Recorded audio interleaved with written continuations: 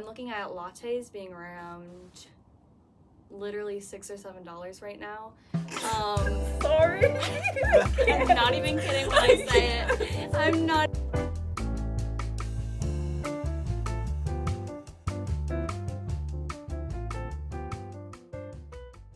Hi guys, and welcome back to my channel. So today we're gonna be doing kind of like a podcast style interview thing. I'm here with my classmates, so I'm gonna let them introduce themselves. Hi guys, I'm Javier. I'm a entrepreneurship major. It's my third year here at FGCU. And I'm Kalyssa. I'm an entrepreneurship major as well with a minor in marketing. I'm a senior here, and this is actually just my second year at FGCU. We're gonna be talking about Kalyssa's business today, which is Thrift Sip. I'll let her do her little intro. Oh, thank you. My business is Thrift Sip. It's a mobile coffee shop and pop-up thrift store, but with a little bit of a focus on sustainability. So making sure that the coffee that we're using is sustainable, the cups, lids, straws, stuff like that. And then obviously thrifting is more sustainable than if you were to buy from fast fashion, or just buy from generic stores like Walmart, Target that don't use sustainable garments and stuff. So this video is kind of just gonna be talking about her business, just like the intro, how it started, how she got this idea, and where she wants to take it in the future. I guess we'll start with our question. What was the moment where you knew you wanted to go forward with this idea? Yeah, so I think I was actually in my senior year in high school, and I have been working at a local coffee shop since I was 15, and knew that I loved coffee.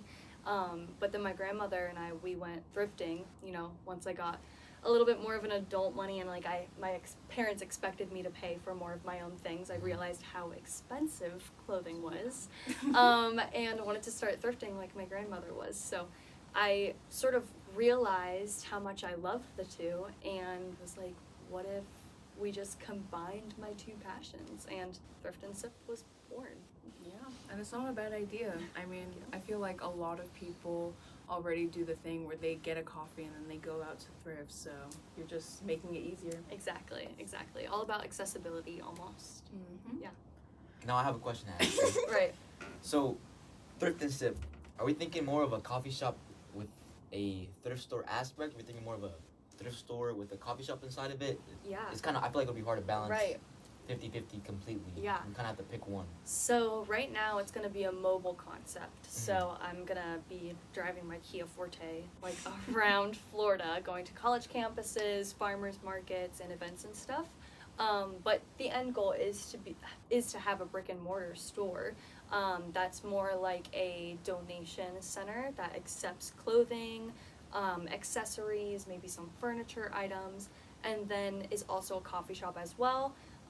With a third space area, so people can sit down on some couches that we'll have like game boards, stuff like that, just to make it like a real community center, Do you think you'll still keep the mobile coffee shop aspect once you have an actual storefront, or will you just keep building more storefronts, if that makes sense? Yeah, so I could honestly see it going both ways, opening up multiple storefronts, and then also keeping the mobile concept if we wanted to stay visiting college campuses and stuff, and really bring that accessibility point to the front and go to our customers instead of them coming to us. Yeah. So, would you jump straight to a brick and mortar after the car? Or would you maybe segue into a food truck or a coffee truck? I could see us just going from that mobile cart into the brick and mortar once we are able to fund that and get it off the ground in the vision that I have. So honestly, I don't really see the in-between, All right, so what exactly do you think is broken about coffee and fashion culture that made you want to start this? Right, well, a little fun fact for you guys, but the fashion industry takes up about 10% of carbon emissions each year, which is more than planes and maritime shipment combined. Wow. So those two industries that you think are really killing the planet, fashion industry is actually contributing more waste. So that's what I really think is broken about the fashion industry, is the amount of waste that is happening.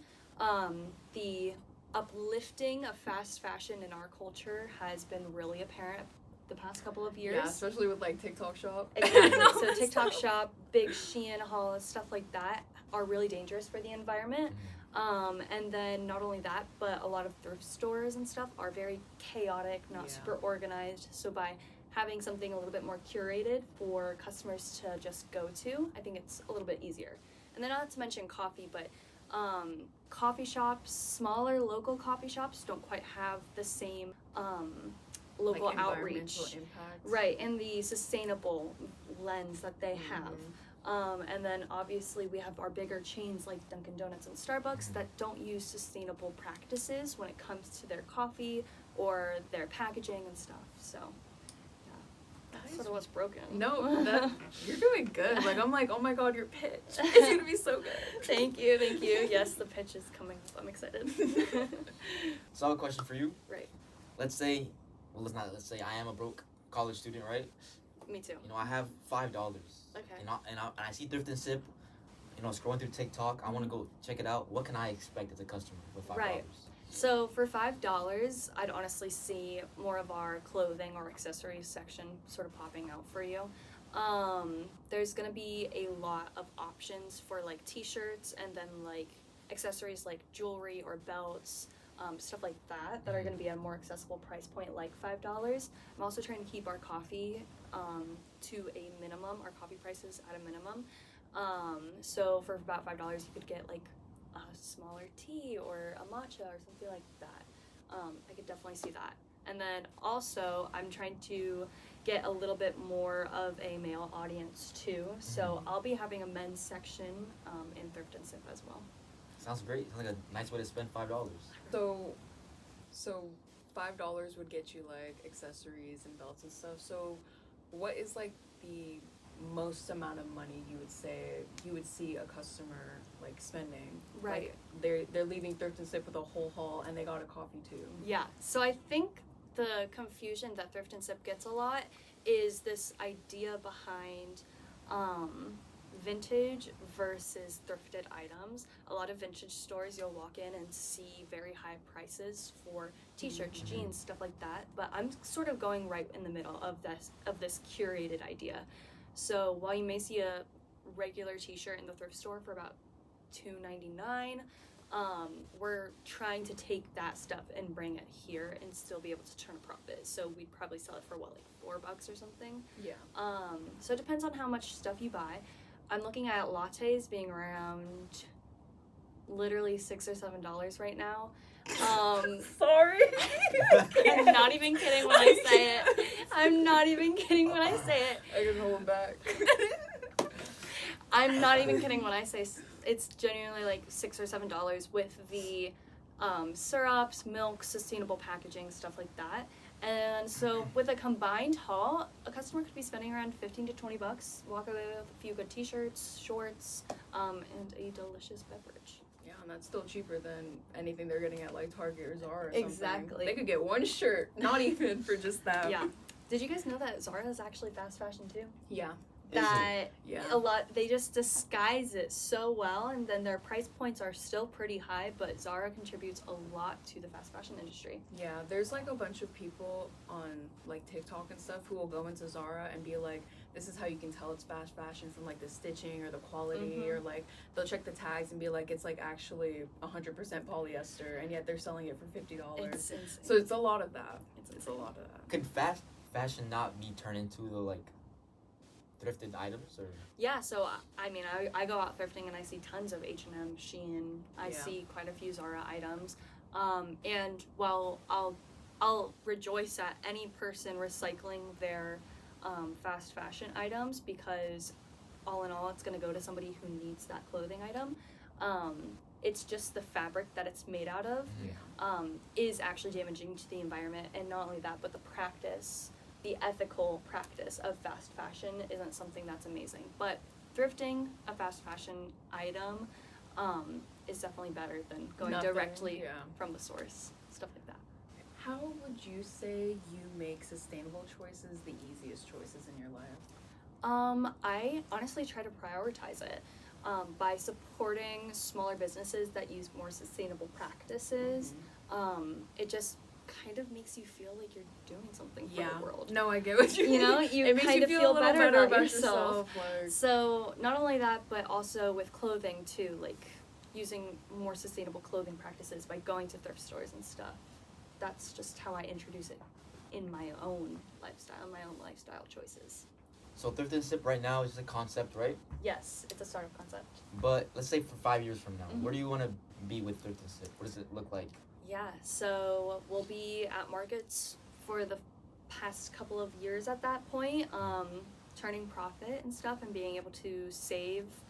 Probably have a couple of employees. Right now it's just myself, but having like a social media manager, somebody else that can work events with me, partnering with maybe some vintage suppliers, stuff like that.